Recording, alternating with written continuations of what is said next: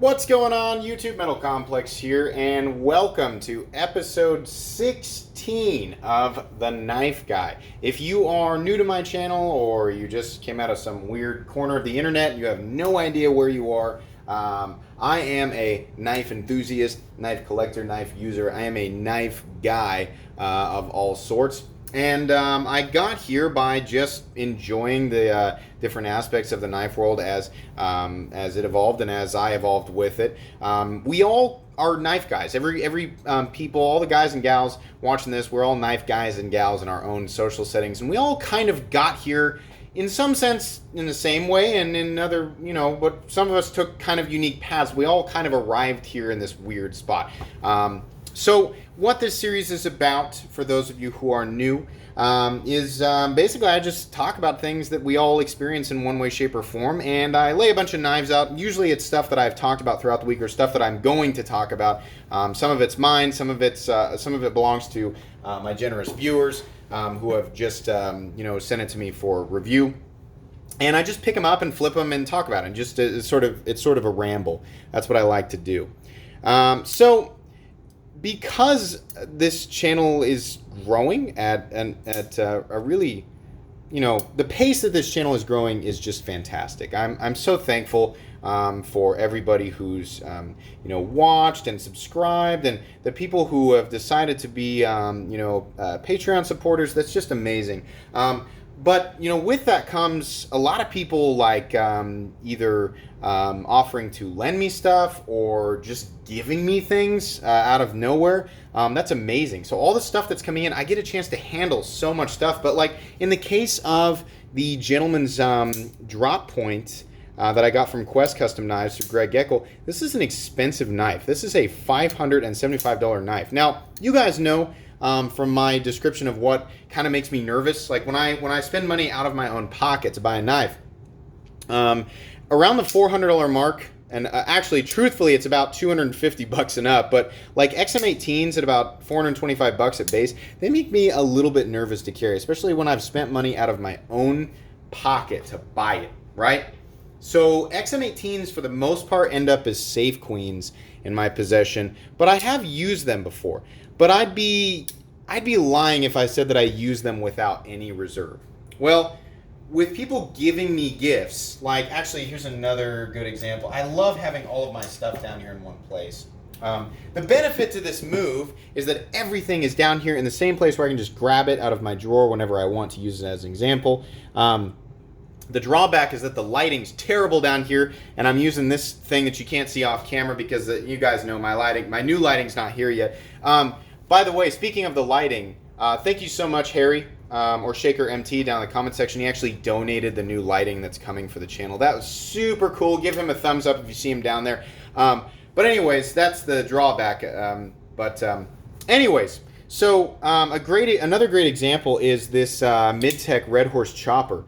This is a knife that if I purchased out of my own pocket, I would have incredible reservations against using. But because it was a gift, and I didn't have to spend money out of my own pocket, I carry it and I use it.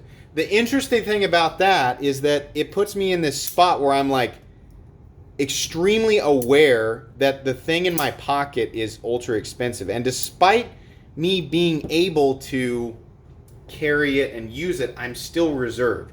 Now I have to imagine that all of us experience that in one way, shape, or form. It's the same thing it doesn't matter if you are somebody who normally, uses without reservation. They use a $50 knife or a $40 knife, and then they've got a knife that's about $100 or $150, and that's their safe queen, right? Those are the knives that maybe you don't carry them at all. Maybe you maybe you put them in your pocket and you carry them, but you don't use them. Then there's a lot of us who like to use knives between the $150 mark and the $250 mark, and we don't care what we do to them. But then once you kind of cross over that, you're a little bit more reserved with the knives that cost $300 or $400, but you still like to carry them, and then your safe queens are a little bit higher. Then there's people I'll use Jeff as an example. I think Jeff will use just about anything. He's got a lot of stuff on this table. The Eagle here, the Koenig Mini Goblin here, and then what else do we have? We've got his Gentleman's Warncliffe up here. This actually used to be his, and he gave that to me. Jeff will use just about anything. Now, I would imagine that even Jeff has a, like, Jeff, I know you're watching. If you acquired a, let's say, I'm not going to put a number on things, but let's say you acquired a one-of-a-kind museum piece, right, that was dug up from a tomb or something. I would imagine that that might make you uncomfortable to carry and use. He's probably going to joke and be like, nah, I'd use it. But we all have that line where we're carrying the knife because, you know, and we made the purchase, right? And some of it is for aesthetic reasons, and some of it was for, you know, our ideas of ultimacy in a utilitarian sense, right? So we carry it. The irony is that we don't use it because we're a little bit nervous about scratching up our beautiful treasure that's in our pocket, right? This is where the term pocket jewelry comes from. Here's an example of a knife that belongs to Harry. You guys saw me review this earlier this week with the other. I actually have Jeff's here as well. This is a custom F3, Curtis Custom Knives F3 medium in Damasteel and this beautiful textured titanium with this unique anno pattern. Actually, the texture pattern and the anno pattern is unique. This is a very expensive knife. This is about a $1,200 knife. This is an example of a knife that I would call too nice to carry. I would not carry this knife. Now, Harry, I don't know what Harry plans to do with that, but anybody who's carrying something like that, regardless of how well it's made and how well it's designed, people are going to call that pocket jewelry, right? Now, this, I'm kind of straying from the path. You know, my point is that these knives, in my opinion, the Curtis Custom Knives, the F3 Medium, are definitely meant to be used. These are definitely user knives. And this one's titanium on the handle. This one's titanium on the handle. This has got CTS XHP steel. This has Damasteel. For those of you who don't know, Damasteel is 100% usable. It's not just for its beauty or aesthetics. It's absolutely usable. Both of these knives would make excellent users. One costs way more. Most people are not even going to want to use this version, let alone that version. But that's definitely a knife that most people, despite it being an amazing utilitarian design that's going to be good at a whole bunch of different stuff, most people are going to be uncomfortable carrying that. Even if Harry decides to carry this knife, I'm going to guess, Harry, that if it came down to it, you know, somebody's like, God dang it, I need to get into this big tin can of Bush's baked beans. Harry, you have a pocket knife? And Harry, you would reach into your pocket and cover this thing up and be like, nope, I don't carry pocket knives. That's exactly what I would do if I would carry that. Now, it's funny to me, you know, it's interesting, the psychology behind this. What is it that drives us to carry these ultra fine crafted, you know, cutting apparati? What's the plural form of apparatus? I don't know. Who cares? What drives us to carry this stuff and then not actually use it beyond? I mean, it's because it's pretty. In some situations like this, the ProTech Strider S&G. I'll tell you what keeps me from wanting to carry that one. Number 2 of 40. So not only is it expensive and shiny and pretty, I just don't want to mess something up that's you know, hard to get a hold of. You know, all of these. I mean, most of the knives on the table, right? Like, let's use the Wilson Combat Eagle.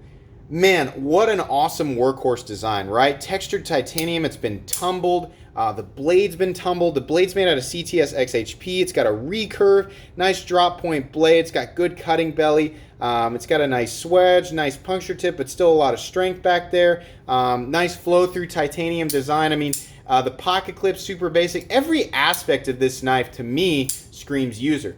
But it's an expensive knife, and a lot of these finishes that make the knife, you know, as both aesthetically and functionally more durable, are actually reasons that I would be reserved, because I wouldn't want to put a mark on the surface of a knife that has a surface applied to it or a finish applied to it that actually helps hide wear. There's so much irony in this. It just cracks me up. You know, like the Hinderer XM18 here, the fatty. This would also make an excellent user knife. In fact, Hinderer XM18s are like probably the best example here. They are 100% designed from a user standpoint, but Rick Hinderer, being the genius that he is, made modular parts because he understands that the vast majority of the market, in terms of people that are paying this much money for knives, are not using them. In fact, they're just appreciating them for their aesthetics, and they're dressing them up. Literally, this is the Lego. This is like the Lego knife, you know, meaning you can add whatever parts. And these aftermarket parts, like, they're titanium. So they're made super well. They're fitted perfectly. They're completely functional. And in the, you know, these, in the case of that one, those bronze parts that I added, you know, they're not gonna corrode. There's very little steel on that knife other than the blade. So there's a utilitarian benefit for all of it, and it's all functional. But gosh dang it, it's just too pretty for me to use. I just don't want to use it, you know. And this is, you know, a lot of you who are still here are thinking, you're overlapping topics. You do, yeah, I overlap topics a lot when I do the knife guy, but it's because you really can dig into the intricacies of all this. Here's another example of that. Oftentimes it's just with a new knife. Like the Para 3, again, screams user. And I put this MXG deep carry clip on it, right? Maxima is supposed to be an awesome seal. This is a knife that my wife got me for our anniversary, and I was just like, man, I love this. It's so easy to manipulate. It's got an amazing grind on, amazing steel. That pocket clip solves all these problems. The day that I got that little mark on that pocket clip, I rubbed up against a fence or something, and I was like, oh, no. Like it died. Or like it was severely injured. Like, and then I snapped out of it. I was like, why am I concerned with that? You know? Or just like the patina that's trying to form on this Maxima steel. There's a small part of me that's like, no, the shininess, no. You know, but they're tools. They're all tools. You know, regardless of how much they cost, it's so hard. The more expensive a knife is, it's harder and harder and harder to worry about that. Now, you know, I started to talk about this a little bit with these two knives. These two were gifts. I'm never going to sell them. It doesn't, in my mind, it shouldn't matter to me how much they cost, right? I didn't have to pay for them, and there's no reason to ever sell them, so I should go ahead and just beat on them. I use them a little bit harder than I would, like the XM18 that I paid for out of my pocket, you know, I don't know. I use them a little bit harder than other knives that I own that are in the same price range because I know that I won't get rid of them, but I'm still like you would think like, oh well, it was a gift, so you should have no reservations against sticking that blade into something and prying with it. But no, I just don't want to, right? Because I don't want to mess it up. I don't want to accidentally break it. Now, would I do that if I had to with my, where are you? I need to make a point. There we are. The Rat. This thing gets used for everything, right? And I actually paid for this knife. But because it's a $40 knife, if I really had to, yeah, I'd stick that blade in there and pry with it, because if it breaks, I'll just get another one. That's the factor. It doesn't matter whether or not you had to pay for it or whether or not it was expensive. How easy is it to get another one, right? Regardless of the fact that that was a gift or that was a gift, getting another one would require me to spend $500 to $600. So I'm still reserved, right? I don't want to mess it up. I don't want to have to do that. And that's, again, it's just more irony. But the heaviest form of irony is oftentimes the more expensive a knife is, the more refined the design, the more attention to detail the maker went into, not just in aesthetics, but in utilitarian benefit. I mean, this drop point blade on this knife is beautifully ground and absolutely will serve somebody in a functional sense. Arguably, you know, better in a lot of circumstances than the simple flat ground blade on the Rat 1.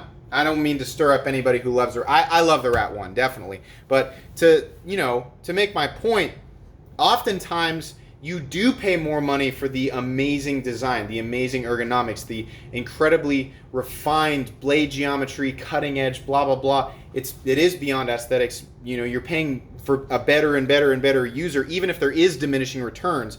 Certain aspects of the knife that are more suited or cater, directly to the end user. And as that price goes up, regardless, we become less and less and less likely to use the knife. Oh, it's so funny. And most of us are aware of this. Like, I am aware of it. I can have infinite talks with myself inside my mind, and it won't matter. if I, you know, when I pick up my knife, like here's an example of a knife, the most expensive knife that I own, that I have the least amount of reservations on, like the best contrast is my Man X2. There is very little, you can see I've been using it, there's very little that I will take this knife out and not use it for. I had to pay $65 for the scales. I had to pay $45 for the titanium cage, and the knife itself was $135. This is well over a $200 knife at this point. But it just, I just won't, I just don't care. I just want to use it. For whatever reason, when that knife's in my pocket, I'm like, oh yeah, I got a knife, you know. Now, do I want to stick the blade in a vise and hit it with a sledgehammer? No, I don't want to do that, but I mean, I just have way less reservations about it. So, you know, and I think it's because I know that if I broke it and I needed another Man X2, because Spyderco's warranty won't replace the blade, even if you want to pay for it, I can just get another one. It won't, I mean, like, I can probably take the scales and the cage off. If I break the blade, I can just get another one. I mean, yeah, it's going to cost me $135, and that stinks, but it's a lot less than $475, $575, or whatever it would cost to find another one of those, you know?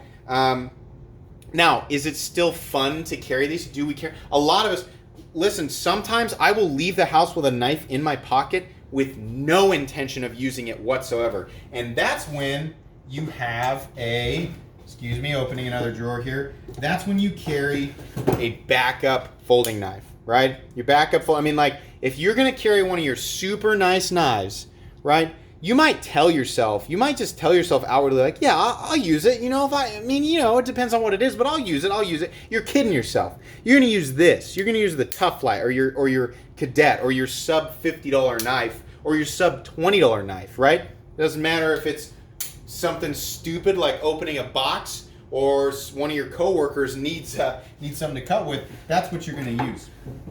We like to carry these knives because it's fun, because it's, you know, it's something that we enjoy carrying nice things.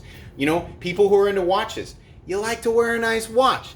Every watch, I would hope, tells you what time it is, right? Unless you drew it on your wrist, then you're just an idiot with a marker and some crap on your wrist. But every watch, for the most part, is going to tell you what time it is. Some are substantially more expensive than others, and they're going to do some other things. But for the most part, it just tells you what time it is, right? Your shoes, right?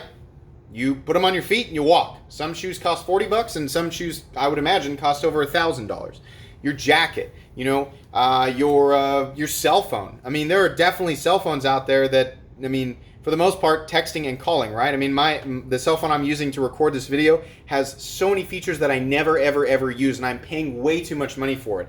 But I like it because it makes me feel like, yeah, I've got the cool thing, you know, I've got the cool phone, I'm a cool guy. We all do that. If it's not with pocket knives, with something else. Your vehicle, you know, I mean, if you can afford, here's the thing. If I made $1 million a year, would I drive something different? You bet. I don't care if I need it or not. I'm definitely going to drive something cooler. Now, people are more or less like this, you know, but all of us have at least one thing that we use on a daily basis that's just a nicer version of the standard object just because it brings us joy. And there's nothing wrong with that. For me, folding knives, that's like the number one thing that is like, I absolutely carry a substantially nicer version than I actually need, and use it substantially less than a much less expensive knife that I own that I could just use in its place. Nothing wrong with that. We all do it. That's going to be pretty much it for today's video, guys. I hope you enjoyed it. I hope you at least found it entertaining. If you did, please leave a like. If you'd like to take a look at my other content, I do, of course, have lots of videos of knives that are either expensive or inexpensive that I do or don't like. So check those out. And if you enjoy all my content, then please subscribe to my channel because there's definitely more coming. Thanks again for watching, and have a great day.